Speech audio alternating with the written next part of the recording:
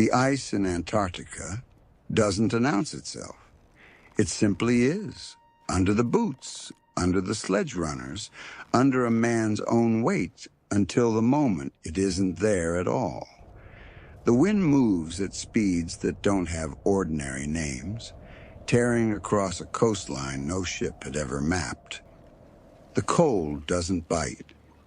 It settles, patient, into skin that has nowhere left to hide from it. 300 miles. That is the distance one man walked back through that cold alone. Not because he chose solitude, because the two men who started beside him never made it home. What does a body do when there is no one left to notice if it stops moving? What does a mind hold on to when the only voice it hears for weeks is its own? How much can ice take from a person before there is nothing left to give back? You don't have to have pulled a sledge across a glacier to understand what it costs to keep going when going forward seems pointless. You only have to be willing to sit with it for a while. Subscribe if you believe that kind of suffering deserves to be remembered without being turned into spectacle. He didn't know it yet, but the ship that was supposed to carry him home would leave without him. 300 miles were his to walk alone, and the ice was already counting them down. November 10th, 1912. Cape Denison, Commonwealth Bay, Antarctica. The base camp sat on the edge of a coastline nobody had charted, in a place the men living there had already nicknamed the windiest place on Earth. Gusts regularly tore past 100 miles an hour, flattening tents, stripping paint from crates, forcing men to crawl between buildings on their hands and knees just to stay upright. The Australasian Antarctic Expedition had spent the better part of a year in that wind, running scientific stations, mapping what little of the coast they could reach, waiting for a summer window narrow enough to push further. 3 sledging parties were being sent out from Cape Denison that season, each one aimed at a different unmapped stretch of coastline. The Far Eastern party had the longest route of all of them, roughly 500 kilometers east, across glaciers no human being had ever set foot on, toward a stretch of coast that existed on no map anywhere in the world. Douglas Mawson was 30 years old, a geologist by training and the expedition's leader by both appointment and temperament. Methodical, restless, the kind of man who rechecked a sledge's lashings twice, even when the first check had been correct. He walked the final line of dogs one more time that morning, counting harnesses, counting rations, counting days in his head against the miles they needed to cover before the sea ice broke up beneath them. In his coat pocket, he carried a small photograph of Paquita del Prat, the woman he had promised to marry the moment he returned to Australia.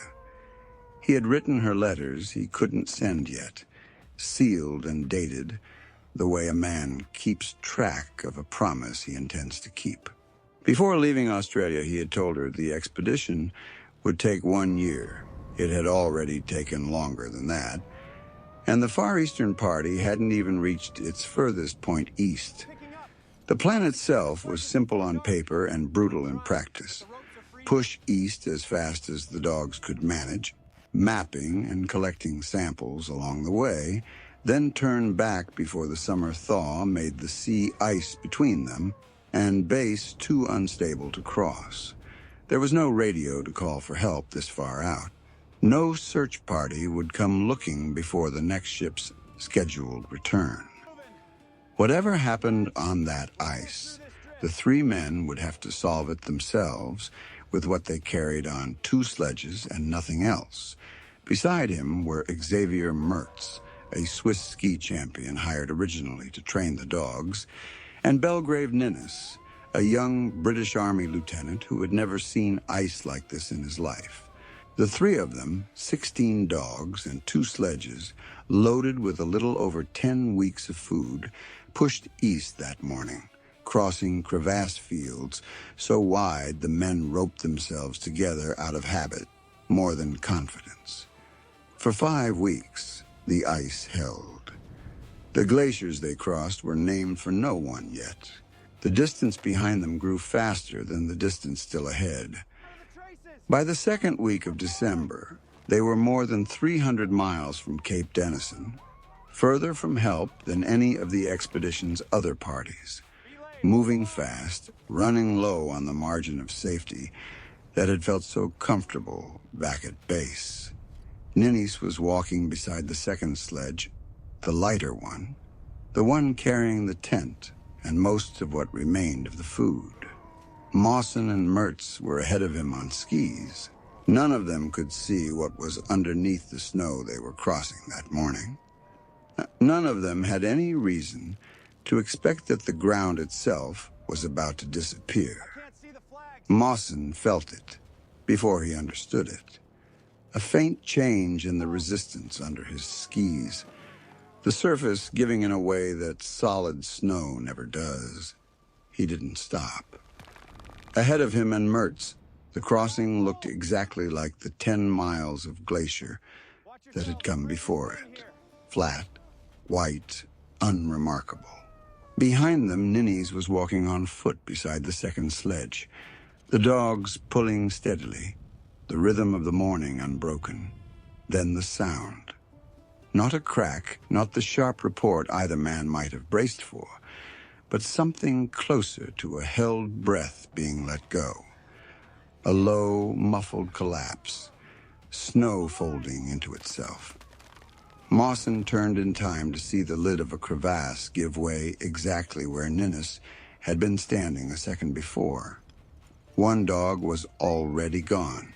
Another hung half over the broken edge, screaming, its back legs kicking at nothing. Of Ninnis and the sledge he had been walking beside, there was no sign at all. Only a black gash in the ice, 3 meters wide, dropping away into a darkness the eye couldn't measure. They called his name. There was no answer but the wind moving across the opening, and far below, faint and getting fainter, the sound of an injured dog. Mawson lay flat at the crevasse's edge, straining to see anything. A flicker of movement, a color that didn't belong to ice. Nothing. They lowered a rope as far as it would go, more than 50 meters, and felt it hang free in open air the entire length. Whatever ledge might have caught a falling man, it wasn't within reach of anything they carried. The cold coming up out of that gap smelled different from the cold on the surface. Older, mineral, the smell of ice that had never once seen sunlight. Mertz called Ninnis's name into the dark until his voice gave out. Neither man tasted anything that day but the metallic dryness of fear in the back of the throat, the kind that doesn't go away with water. For 3 hours, they stayed at the edge, calling, listening, calling again, watching the light shift over the opening as the sun moved without ever setting. There was a service to read, the closest thing to a funeral 2 exhausted men could manage on a glacier 500 kilometers from anyone else alive, a few lines committed to memory, spoken into the wind because there was no book to read them from. Then there was the walk back to where the remaining sledge sat, and the slow arithmetic horror of understanding exactly what had gone into the crevasse with Ninnis. What they saw when they reached the surviving sledge confirmed what both men already feared. This was the heavier sledge, the one they had loaded deliberately with the equipment that mattered least if weight had to be sacrificed early. It had never been meant to carry them home alone. The lighter sledge, the one now somewhere in the dark below the ice, had been carrying the tent. It had been carrying nearly all the dog food. It had been carrying most of the human rations meant to get 3 men home, along with a bag of the expedition's best remaining supplies, packed that way on purpose because it had seemed, 2 days earlier, like the safer sledge to load heavy. What remained between Mawson and Mertz was roughly 10 days of human food for a return journey that had taken over 5 weeks to complete outbound. They had 1 Primus stove and a small amount of kerosene. They had no tent, only a canvas tent cover salvaged from a spare sledge, which they would need to rig over a makeshift frame of skis and sledge runners each night if they wanted any shelter from the wind at all. 6 dogs remained, weak, thin, half-starved already from weeks of hard pulling on short rations, worth more now as a source of meat than as animals capable of hauling a sledge the distance still ahead. There was no possibility of resupply. There was no radio range this far out, and even if there had been, no one at Cape Denison could have crossed 500 kilometers of crevassed glacier to help in time. There was no search party that would come before the expedition ship was scheduled to leave for the season. Months from now, a fixed date neither man could move, no matter how slowly the ice let them travel. What they had left, they now understood, would not be enough to walk out the way they had walked in. The only path forward was to make the dogs into food, one by one, as each grew too weak to pull. A decision neither man said aloud yet, but one both of them had already reached, alone, in the silence after the service at the edge of the crevasse. If you were standing where Mawson stood that afternoon, with 10 days of food and 500 kilometers of unmapped ice between you and the nearest human being, what would you have counted first? The food, the fuel, or the days? Tell us in the comments what you think you would have reached for. The Antarctic interior doesn't want to kill anyone. It doesn't notice a person is there at all. The wind that tore across the plateau, Mawson and Mertz now had to recross, wasn't hunting them. It was simply moving, the way it had moved for longer than human beings had existed, funneled off the polar ice cap and accelerated by gravity down thousands of feet of frozen slope until it hit the coast at speeds that could knock a grown man flat without warning. Katabatic wind, the scientists on the expedition called it. Cold, dense air sliding downhill under its own weight, indifferent to whatever stood in its path. It had already made Cape Denison famous among the men stationed there as the windiest place recorded on Earth. Out here, 500 kilometers from that base, it had nothing to slow it down at all. The glaciers themselves were a system with their own logic, one the 2 men had to relearn now with almost no margin for error. Snow bridges, thin lids of drifted snow spanning a crevasse below, could look identical to solid ground and hold a man's weight for 10 steps before failing on the 11th. There was no way to know which patch of white concealed open space and which didn't, except by roping together, testing the surface with a ski pole, and trusting a system of probability that had already failed once, catastrophically, 3 hours earlier. Temperatures dropped well below freezing even in the Antarctic summer, and the wind chill on exposed skin could cause frostbite within minutes on a still day, faster on a day like the ones ahead. There was no vegetation, no shelter, no landmark for hundreds of kilometers, except the compass bearing they carried in their heads and the faint, treacherous undulations of the ice itself. Even the skuas, the only birds hardy enough to range this deep over the ice sheet, appeared only rarely, scavenging opportunistically, and never staying long enough to be mistaken for company. There was no sun to navigate by in any conventional sense during the long Antarctic day. It simply circled overhead without setting, offering light without warmth, a constant glare off the ice that strained the eyes and made judging distance almost impossible on a featureless white plain. Snow blindness was a real and immediate risk, one more variable in a list that already included frostbite, crevasse fields, and dwindling food.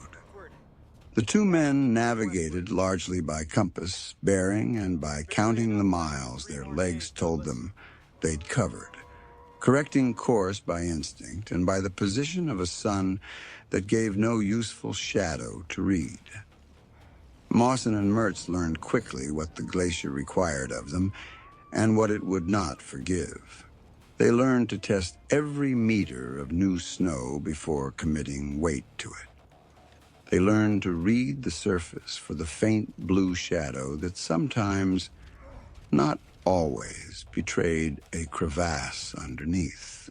They learned that traveling roped together while it slowed them down was the only thing standing between a second loss and a first one. What failed, in those early days after the accident, failed quickly and taught its lesson just as fast. On their second day alone, Mawson broke through a snow bridge to his waist, the ice giving way beneath him with the same muffled collapse that had taken Ninnis, and hung there by the rope around Mertz's waist for several long seconds before he was able to work his way back onto solid footing. Neither man spoke about how close that had come to being 2 crevasses instead of 1. He didn't know it yet, but that fall would not be the last time the ice tried to take him alone. The first dog was killed and eaten 2 days after the accident, its meat tough and stringy, its liver saved and eaten as well because nothing could be wasted this far from resupply, a decision that would matter more than either man understood at the time. Sled dogs were not designed to feed the men pulling their own sledge, and rationing shifted hour by hour as the 2 survivors recalculated, again and again, exactly how many days of food 6 shrinking dogs and 1 Primus stove could realistically buy them against 300 remaining miles of unmapped glacier. Even the dogs, once essential partners in the work of covering ground, were now simply another resource to be managed against the ice sheet's arithmetic. How many miles a weakening animal could still pull, how many days its meat could buy the men still walking. It was not cruelty. It was the same cold accounting the glacier itself seemed to apply to everything that crossed it. What could keep moving, moved. What couldn't, became fuel for what remained. This is not a story about nature as an enemy. The ice did not choose to open beneath Ninnis, and it would not choose later to spare or condemn the 2 men now crossing it. It simply existed, vast and entirely indifferent, the same way it had existed for millions of years before 3 men ever set foot on it with sledges and ambition. What the record shows is not a battle against a villain. It's an account of exactly what a place like this asks of anyone who enters it, and exactly what it costs to keep meeting that price, mile after mile, for weeks with no end in sight. The days after the accident fell into a rhythm that was less a routine than a negotiation, renewed every morning between 2 exhausted men and an ice sheet that gave nothing back for free. They walked, they rationed. They killed another dog when the math demanded it, and ate what they could of meat that had almost no fat left on it, the animals having burned through their own reserves weeks before. What neither man said aloud was that the dog liver, richer, more filling than the stringy muscle meat, impossible to waste when nothing could be wasted, had become a larger part of both their diets than either would have chosen if they'd had any alternative left. The first sign that something was badly wrong came within days. Mertz's skin began to change color, taking on a yellowish cast that had nothing to do with sunburn or windburn. Both men noticed their own skin cracking and peeling in sheets, far beyond what frostbite or exposure alone could explain. The soles of Mawson's feet began to come away from the flesh beneath them, thick pads of dead skin that he eventually had to bind back onto his own feet with bandages simply to keep walking. Neither man understood at the time that the dog liver they'd been eating out of necessity carried concentrations of vitamin A far beyond anything the human body could safely process. A slow poisoning layered on top of starvation, frostbite, and exhaustion, invisible until the body itself began, quite literally, to come apart. 4 days after the accident, a blizzard pinned them in place. Wind gusts strong enough to flatten. A standing man kept them confined for nearly 2 full days beneath the salvaged canvas tent cover, rationing fuel they couldn't spare, and food they had even less of. Listening to a wind that showed no sign of slowing, while every stationary hour widened the gap between the food remaining and the miles still ahead. The improvised shelter, half a tent, stretched over sledge runners, lashed together with what rope they had left, flexed and cracked under gusts strong enough that both men took turns bracing it from the inside with their own weight, afraid that a single failed lashing would leave them with no shelter at all for whatever remained of the return journey. What Mawson couldn't see from inside that tent was how much ground they were losing simply by staying alive long enough for the storm to pass. The moment they were able to move again brought its own danger. The blizzard had erased every visible feature on a landscape that had almost none to begin with, burying the faint undulations that sometimes betrayed a crevasse beneath a fresh, uniform blanket of drift. On the first afternoon back on the trail, roped together as always, Mertz stopped suddenly, warning of a change in the snow sound underfoot that Mawson hadn't caught.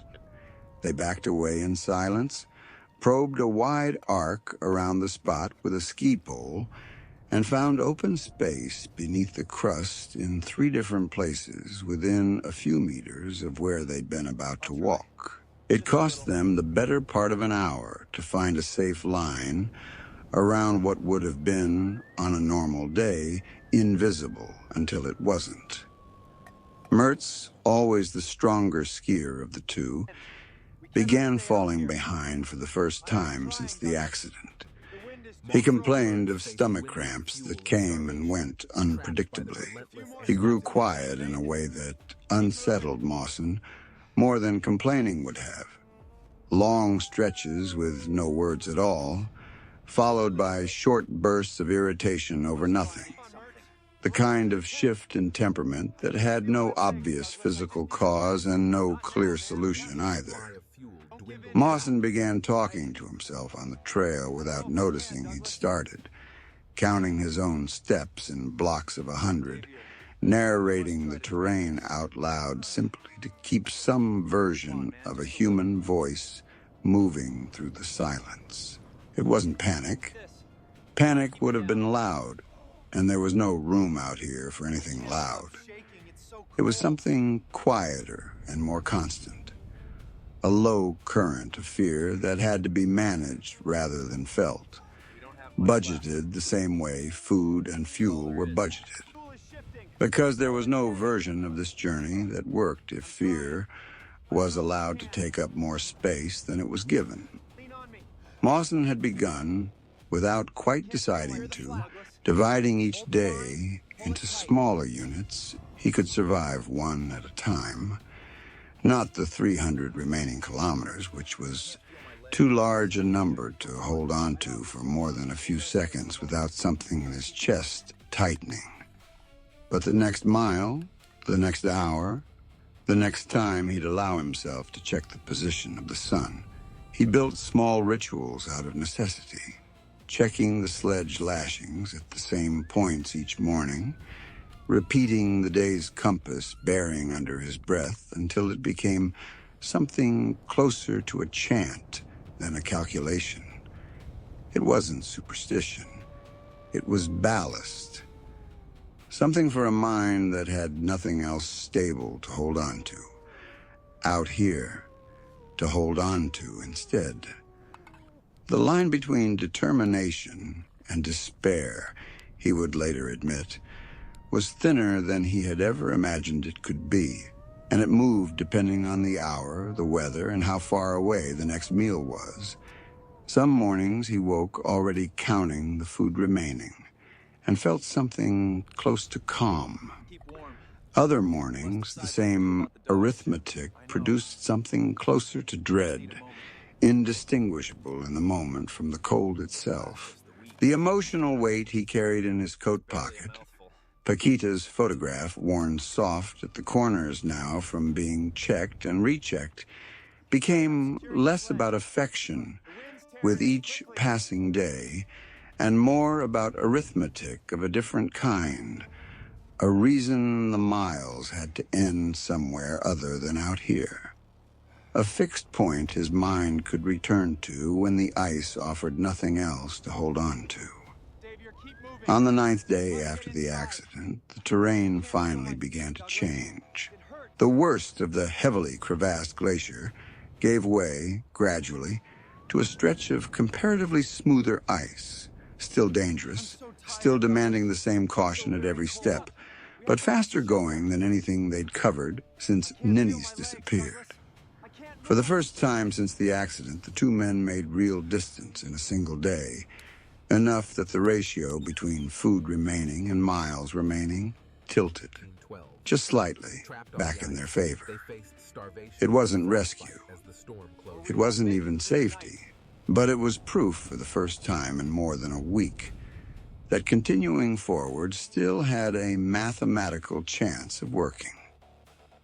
That relief didn't last long. What Mawson noticed and didn't mention that evening was that Mertz's hands were shaking as he worked at the tent cover lashings, not from cold, though the cold was constant, but from something closer to the inside of his body giving out in the ways neither of them had language for yet.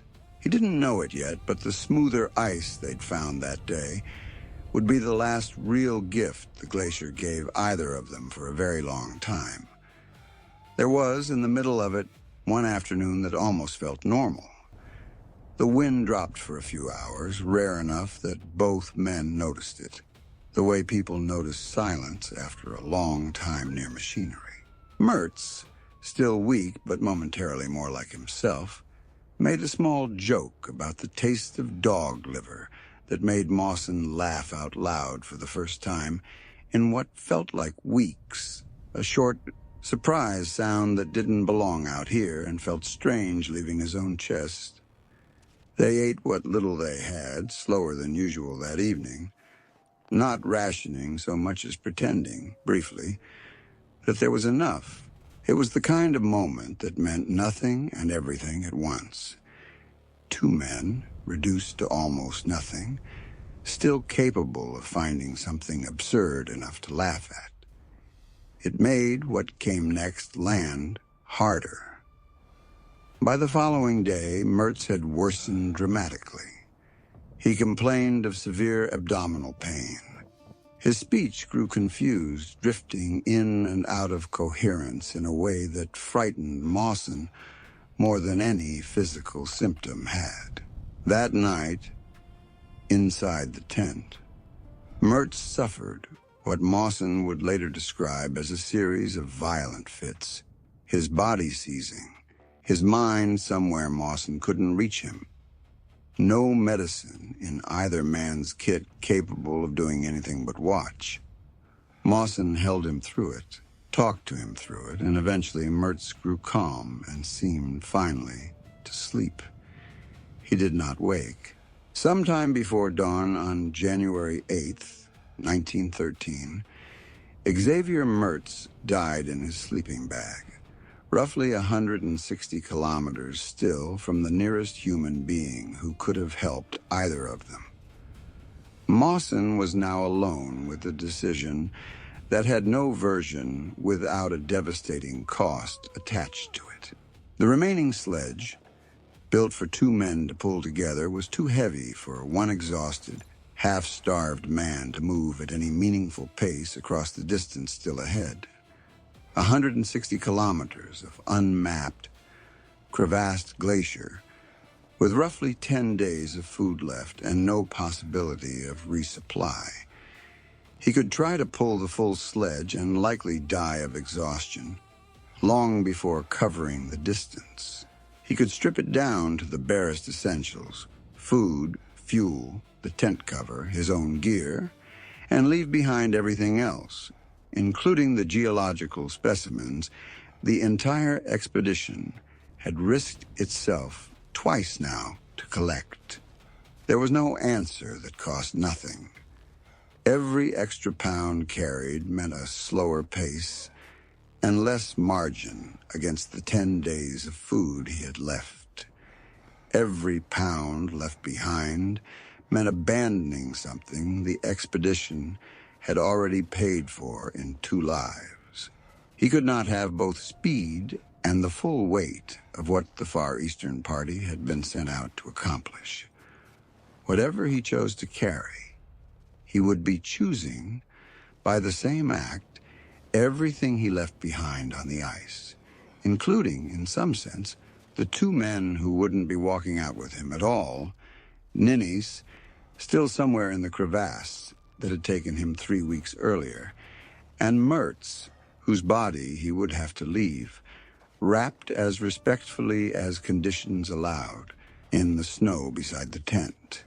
He spent that day cutting the sledge in half with a small saw from his repair kit, discarding the rear section entirely to save weight, rebuilding what remained into something one man alone could realistically pull. He redistributed the food, the fuel, the Primus stove. And when it came to the rock sample, the geological specimens that were, in the plainest sense, the entire scientific purpose the expedition had been funded to pursue, he made the choice to keep them, adding weight he could not spare to a load that was already close to more than he could manage, because the mission the 3 of them had set out to complete didn't stop being real just because 2 of the 3 men who'd set out to complete it were gone. He built crude crampons that night, driving nails from the discarded half of the sledge through strips of wood lashed to the soles of his boots, because the ice ahead would be too hard and too slick for the boots alone to grip. His own feet, by this point, were in poor enough condition that simply putting them into boots each morning had become its own ordeal. Skin cracked and split, the soles partially detached from weeks of frostbite and the same vitamin poisoning that had likely contributed to Mertz's collapse. He bandaged what he could and kept walking, because walking was the only option that still existed. What followed was, by any measure available, the worst stretch of the entire journey. He was alone in a way that had no precedent in his life before this. No voice but his own for company. No second set of eyes to check a crevasse crossing. No one to notice if he simply didn't get up one morning. The sledge, even halved, fought him constantly on the uneven ice. Progress some days measured in a few painful kilometers, the mathematics of food versus distance narrowing with every one of them. He recorded, in the diary he kept from habit as much as purpose, that he no longer expected to survive the crossing, and kept walking anyway, one compass bearing and 1 mile at a time, because stopping guaranteed an outcome that continuing only made likely. The decision to save the specimens cost him almost immediately. On more than one crossing in the days that followed, the extra weight on the halved sledge nearly pulled him off balance on terrain that offered no room for a mistake, and more than once he had to stop, breathing hard, and ask himself in the plainest terms whether the rocks in his sledge were worth what they might end up costing him. He never cut them loose. Each night, in a diary he no longer expected anyone to read, he recorded position, condition, and distance covered with the same discipline he had applied since the expedition's first day. A scientist habit outlasting, by then, almost everything else the ice hadn't already taken from him. The lowest point came roughly a week after Mertz's death, on a stretch of ice that offered no shelter and no relief from a wind that had not eased in days, when Mawson calculated that even his reduced rations would run out before he reached anything resembling safety. It was, by his own account, the closest he came to giving up entirely. Not from a single dramatic failure, but from the accumulated weight of everything that had gone wrong since the 14th of December, arriving all at once. The first sign came nearly 3 weeks after Mertz's death, in the shape of a small, dark mound rising out of an otherwise featureless white plain. A cairn, snow and ice stacked deliberately, unmistakably by human hands. Mawson reached it slowly, disbelieving until he was close enough to see the food left stacked inside it, and the note tucked among the supplies. A search party had come this far out from base, hoping to meet the Far Eastern party on its return, and had left behind what they could in case anyone made it this far alone. The note told him something else, too, that a relief ship was expected soon, and that the search party itself had turned back only recently. Close enough that Mawson briefly allowed himself to believe he might catch them if he pushed hard enough over the final stretch. He didn't catch them. What followed was nearly 2 more weeks of the same grinding arithmetic that had defined every day since the 14th of December.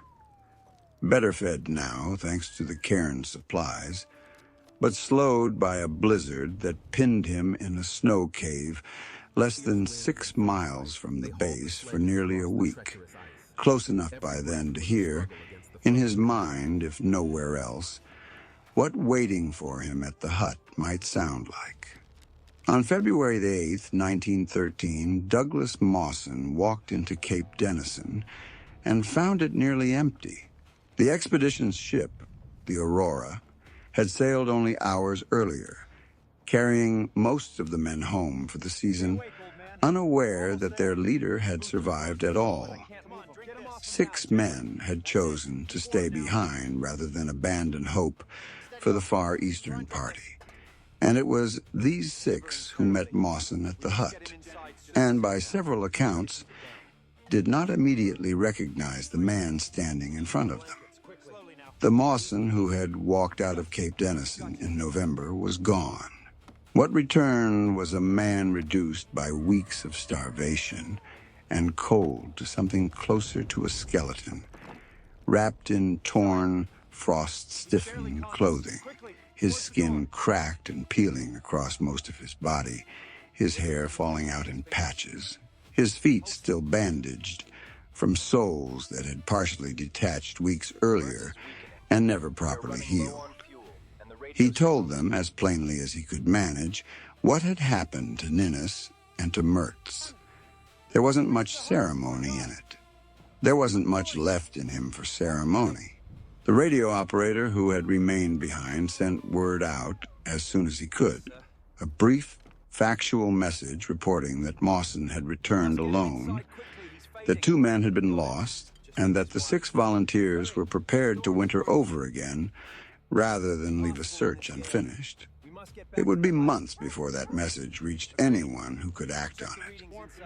What the 6 men who'd stayed behind saw, standing in the doorway of that hut, was not a triumphant survivor delivering a story he'd rehearsed. It was a man who had spent 2 months learning exactly how much a human body and a human mind could absorb before either one broke, and who had come back changed by that knowledge in ways that had nothing to do with heroism. That evening, for the first time in months, he took the worn photograph of Paquita del Prat out of his coat pocket in a place where the wind couldn't reach it, and where, for once, there was nothing left to calculate. The letters he'd written and sealed along the way, dated, addressed, carried the entire distance without being sent, could finally be finished, though the ship that might have carried them home had already gone, because the Aurora had already sailed and could not safely return before the ice made the crossing impossible. Mawson and the 6 men who had waited for him were forced to remain at Cape Denison for another full year. Through a second Antarctic winter, neither of them had planned for before a ship could finally carry them home in December of 1913. Medical examination afterward attributed much of Mawson's physical collapse, the skin loss, the hair loss, the digestive damage, to the same vitamin A toxicity that had very likely killed Mertz, a slow poisoning from the only meat either man had left to eat. His weight, by the estimates of the men who saw him that first night, had dropped to a fraction of what it had been when the Far Eastern party set out in November, the kind of loss that took the body most of a year and careful feeding to even partially reverse. He would carry the physical marks of that journey for years. What he did not carry back and never fully spoke about in the same detail as the rest was any easy answer for why he had survived a crossing that, by every reasonable measure, both of the men beside him had not.